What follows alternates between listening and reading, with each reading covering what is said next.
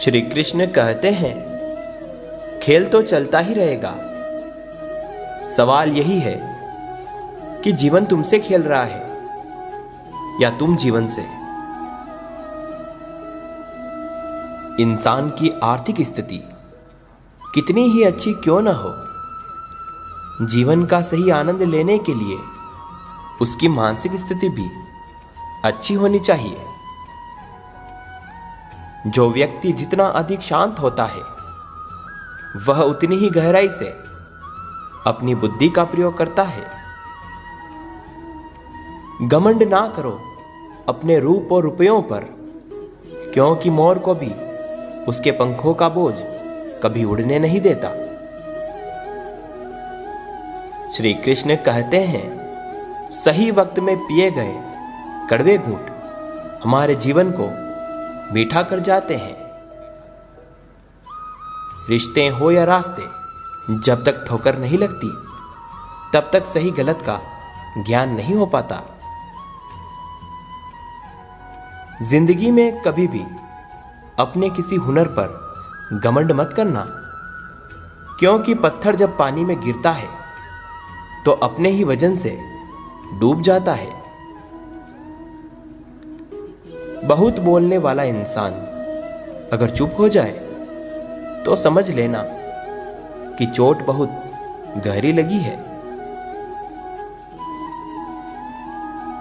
भाग्य का लिखा कोई नहीं छीन सकता। अगर हो विश्वास ऊपर वाले पर, तो वो भी मिलेगा जो तेरा हो नहीं सकता।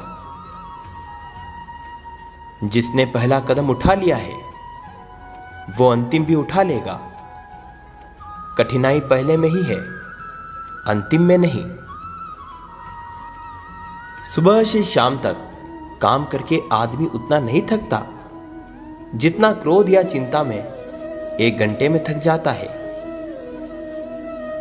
कुदरत के फैसले पर कभी शक मत करना। अगर सजा मिल रही है तो गुनाह भी जरूर हुआ होगा। यदि सब कुछ खोकर भी आप में कुछ करने की हिम्मत बाकी है, तो समझ लीजिए आपने कुछ खोया ही नहीं। श्री कृष्ण कहते हैं, जिस व्यक्ति को आपकी कदर नहीं, उसके साथ खड़े रहने से अच्छा है आप अकेले खड़े रहें। श्री कृष्ण ने कहा है, अगर तुम्हें किसी ने दुखी किया है तो बुरा मत मानना। लोग उसी पेड़ पर पत्थर मारते हैं जिस पेड़ पर ज्यादा मीठे फल होते हैं। खुशी के लिए काम करोगे तो खुशी नहीं मिलेगी, लेकिन अगर खुश होकर काम करोगे तो खुशी जरूर मिलेगी। कोई कुछ भी बोले, स्वयं को शांत रखिए। धूप कितनी भी तेज हो, समुद्र नहीं सूखते। बुद्धि सबके पास है, चालाकी करनी है या ईमानदारी, यह संस्कारों पर निर्भर करता है। किसी से बदला लेने में समय व्यर्थ ना करें, क्योंकि जो आपको चोट पहुंचाते हैं वो अपने कर्म का स्वयं सामना करेंगे। अगर तुम्हें कोई तकलीफ बताए तो उसे अच्छे से सुनना, क्योंकि तुम सिर्फ सुन रहे हो मगर वो महसूस कर रहा है। बात इतनी मधुर रखो कि कभी वापस लेनी पड़े तो खुद को कड़वी ना लगे। किसी से ज्यादा नाराज होने से बेहतर है कि अपने जीवन में उसकी अहमियत ही कम कर दो।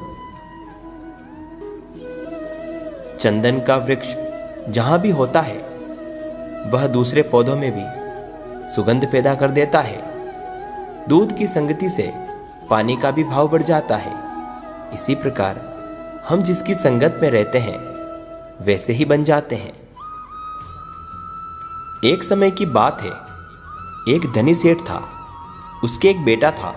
वो चाहता था कि बड़ा होकर उसका बेटा उसका कारोबार संभाले, लेकिन एक दिन सेठ को पता चला कि उसका बेटा गलत संगत में पड़ चुका है और उसका उठना बैठना गलत लोगों के साथ है।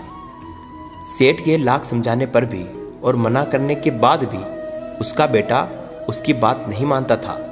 जब वो अपने बेटे को डांटता तो उसका बेटा उसे कहता था कि किसी के साथ उठने बैठने से कोई बिगड़ नहीं जाता। एक दिन सेठ को ऐसे ही बैठे हुए एक युक्ति सूझी। वह बाजार गया और बाजार से कुछ सेब लेकर आया। इन सब सेब के साथ एक सड़ा हुआ सेब भी लेकर आया। सेठ ने उन सेबों को 2 बराबर हिस्सों में बांटकर 2 अलग अलग थैलों में डाल दिया। फिर उसने अपने बेटे को बुलाकर कहा, इन दोनों थैलों को अलग अलग जगह पर रख दो। बेटे को कुछ समझ नहीं आया। तभी सेठ ने अलग से लाया हुआ सड़ा हुआ सेब निकाला और एक थैले में डालते हुए कहा कि यह सेब थोड़ा सा सड़ा हुआ है, लेकिन बाकी के सेब तो सही हैं। इस थैले में इसको डाल देता हूँ। अगले ही दिन सेठ ने अपने बेटे से कहा, जाओ वो दोनों थैले लेकर के आओ। बेटा सेब का एक थैला तो आराम से लेकर आ गया, लेकिन जब दूसरा लाने गया तो उसे बदबू आने लगी। उसने देखा कि सड़े सेब वाले थैले के बाकी से भी सड़ने की बदबू आ रही है। सेठ ने कहा, जिस तरह एक सड़ा हुआ सेब बाकियों को भी सड़ा देता है, उसी तरह बुरी संगति का एक इंसान बाकी के लोगों की भी संगति बिगाड़ देता है। श्री कृष्ण कहते हैं, वृक्ष कभी इस बात पर व्यथित नहीं होता कि उसने कितने पुष्प खो दिए। वह सदैव नए फूलों के सृजन में व्यस्त रहता है। जीवन में कितना कुछ खो गया, इस पीड़ा को भूलकर क्या नया कर सकते हैं। इसी में जीवन की सार्थकता होती है। परवाह मत कीजिए कि कोई क्या कहता है, क्योंकि आपके घर के खर्च आपको ही उठाने हैं, लोगों को नहीं। रद्दी तक तोली जाती है तराजू में बिकने से पहले। अगर कोई तुम्हें परख रहा है तो उसमें बुरा क्या है। अच्छे लोगों की संगत में रहिए, क्योंकि सुनार का कचरा भी बादाम से महंगा होता है। सुख व्यक्ति के अहंकार की परीक्षा लेता है और दुख व्यक्ति के धैर्य की परीक्षा लेता है। दोनों परीक्षा में उत्तीर्ण व्यक्ति का जीवन ही एक सफल जीवन कहलाता है।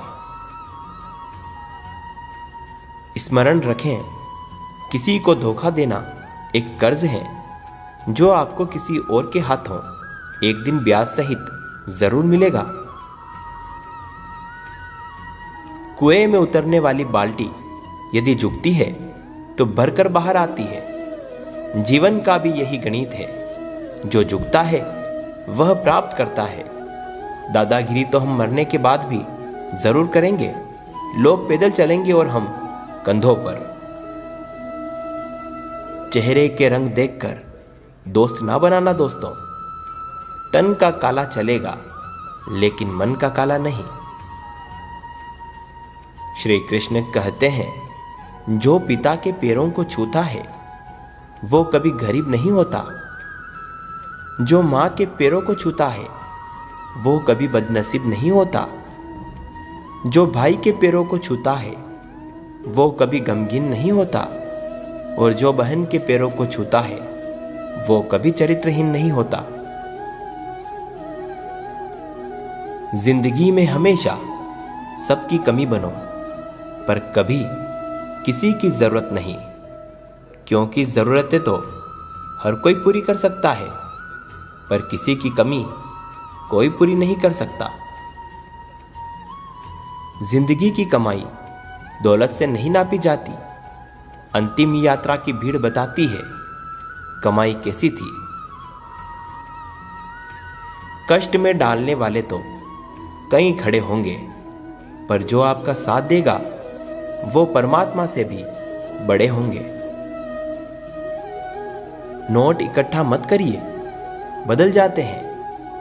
मित्र इकट्ठा करिए, पुराने भी चल जाते हैं।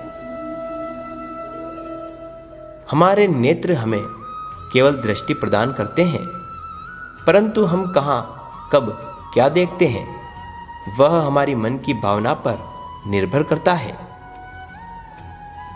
जो लोग आपसे जलते हैं उनसे घृणा मत करिए, क्योंकि यही तो वो लोग हैं जो स्वीकार कर चुके हैं कि आप उनसे बेहतर हैं।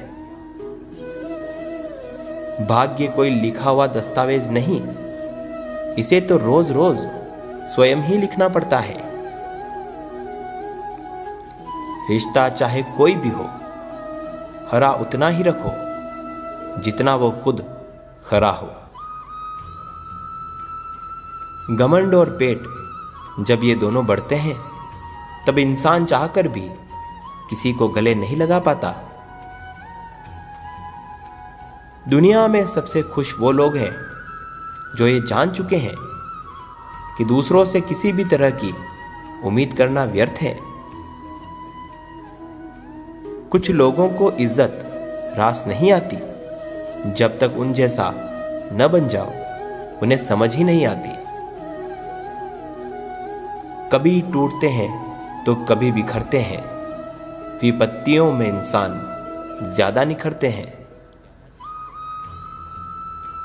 मन ऐसा रखो कि किसी को बुरा न लगे, दिल ऐसा रखो कि किसी को दुखी न करे, रिश्ता ऐसा रखो कि उसका अंत न हो। कोई भी व्यक्ति हमारा मित्र या शत्रु बनकर संसार में नहीं आता। हमारा व्यवहार और शब्द ही लोगों को मित्र और शत्रु बनाते हैं। जिंदगी में एक ही नियम रखो, सीधा बोलो, सच बोलो और मुंह पर बोलो। जो अपने होंगे वो समझ जाएंगे और जो नाम के होंगे वो दूर हो जाएंगे। अपने से ऊपर वालों को देखो तो लगता है कुछ भी नहीं है हमारे पास। अपने से नीचे वालों को देखो तो लगता है बहुत कुछ है हमारे पास। जिंदगी में जो मिला है उससे कभी उदास न हो, क्योंकि भगवान ने हमारे लिए वही चुना है जो हमारे लिए खास है। हम उनको ही रुलाते हैं जो हमारी परवाह करते हैं। हम उनके लिए ही रोते हैं जो हमारी परवाह नहीं करते, और हम उनकी परवाह करते हैं जो हमारे लिए कभी भी नहीं रोएंगे। जिसके साथ बात करने से ही खुशी दोगुनी और दुख आधा हो जाए, वो ही तो अपना है, बाकी तो बस दुनिया ही है।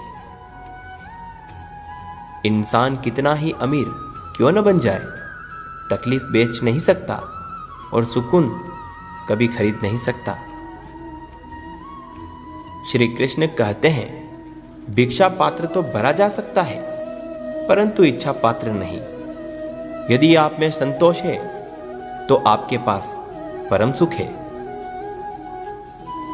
एक बार की बात है, एक राजा अपने देश के पड़ोस में सैर के लिए निकला। उसने देखा वहां की धरती बहुत उपजाऊ थी, चारों ओर फसलें थी।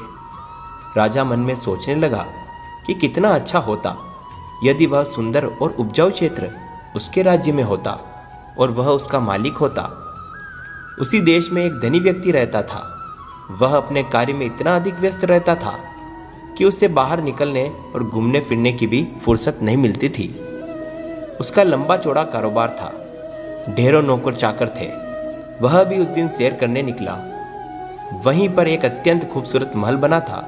धनी व्यक्ति सोचने लगा कि कितना सुंदर महल है, इसके बाहरी खंभे किसी बड़े कलाकार द्वारा बनाए प्रतीत होते हैं। काश अच्छा होता यदि वह उस मकान का मालिक होता। उस महल में एक सुंदर राजकुमारी रहती थी। उस दिन वह महल की खिड़की पर खड़ी हुई थी। तभी घोड़े पर सवार एक सुंदर नौजवान उसने जाता हुआ देखा। राजकुमारी की इच्छा होने लगी, काश उसे भी ऐसा ही प्यारा नौजवान मिलता जिसके साथ वह विवाह करती। महल में एक कुत्ता रहता था। उसने महल के बाहर के कुत्तों को सड़क पर दौड़ते हुए देखा। वह सोचने लगा कितना अच्छा होता कि वह भी आज़ाद होता। एक बरामदे में एक बिल्ली बैठी हुई धूप का आनंद ले रही थी। सर्दी की गुनगुनाती धूप में उसे बहुत अच्छा महसूस हो रहा था। तभी उसके सामने से एक चूहा भागा और चूहे के पीछे दौड़ पड़ी, परंतु चूहा तब तक अपने बिल में जा चुका था। बिल्ली सोचने लगी कि कितना अच्छा होता यदि मैं ये चूहा पकड़ लेती, फिर बड़े आराम से इसे मारकर खाती। चूहा बिल में से निकलकर रसोई की तरफ चला गया। वहाँ एक बर्तन में बहुत सारी मिठाइयाँ थी। चूहा मिठाई देखकर सोचने लगा, काश जीभ भरकर मिठाई खाने को मिलती। एक दिन ईश्वर ने उनकी सुनी और ये सोचा कि ये 6 लोग कुछ मांग रहे हैं, इनकी इच्छाएं पूरी करनी चाहिए। तो उन सभी की इच्छाएं पूरी कर दी गई। कुछ दिन बाद जब भगवान उनके पास में आते हैं तो भगवान देख करके चौंक जाते हैं कि उनकी तो और भी इच्छाएं जन्म ले चुकी है। राजा अधिक शक्तिशाली बनने के लिए किसी नए प्रदेश को अपने राज्य में मिलाना चाहता था। धनी व्यक्ति अधिक दौलत कमाकर अनेक नए भवनों का मालिक बनना चाहता था। राजकुमारी विवाह के पश्चात अपने पति व भविष्य में होने वाले बच्चे के संबंध में ढेरों इच्छाएं रखने लगी। कुत्ता बाहर जाकर परेशान था, वह अपने मालिक के पास वापस जाना चाहता था। बिल्ली और अधिक चूहे खाना चाहती थी। केवल एक चूहा था जो बिल्ली की इच्छा के कारण बिल्ली के पेट में जा चुका था। मृत्यु के कारण चूहे की इच्छाएं समाप्त हो गई। भगवान ने ये मान लिया कि हर जीवित प्राणी की अनंत इच्छाएं जन्म लेती रहती है और वे तब तक समाप्त नहीं होती जब तक उनकी मृत्यु नहीं हो जाती। सुंदरता हो न हो, सादगी होनी चाहिए। खुशबू हो न हो, महक होनी चाहिए। रिश्ता हो न हो, भावना होनी चाहिए। और मुलाकात हो न हो, बात होनी चाहिए। यूं तो उलझे हैं सभी अपनी उलझनों में, पर सुलझाने की भी कोशिश हमेशा होनी चाहिए। रिश्ते ऐसे होने चाहिए जिन्हें निभाने के लिए कोई विधि विधान की जरूरत न हो और याद रखने के लिए तारीख या तिथि की जरूरत न हो। तन जितना घूमता रहे उतना स्वस्थ रहता है और मन जितना स्थिर रहे उतना ही स्वस्थ रहता है। क्रोध और आंधी दोनों बराबर हैं। शांत होने के बाद पता चलता है कि नुकसान कितना हुआ। आज के इस वीडियो में इतना ही। जल्द मिलेंगे श्री कृष्ण के नए विचारों के साथ एक नए वीडियो में। तब तक के लिए धन्यवाद। जय श्री कृष्ण।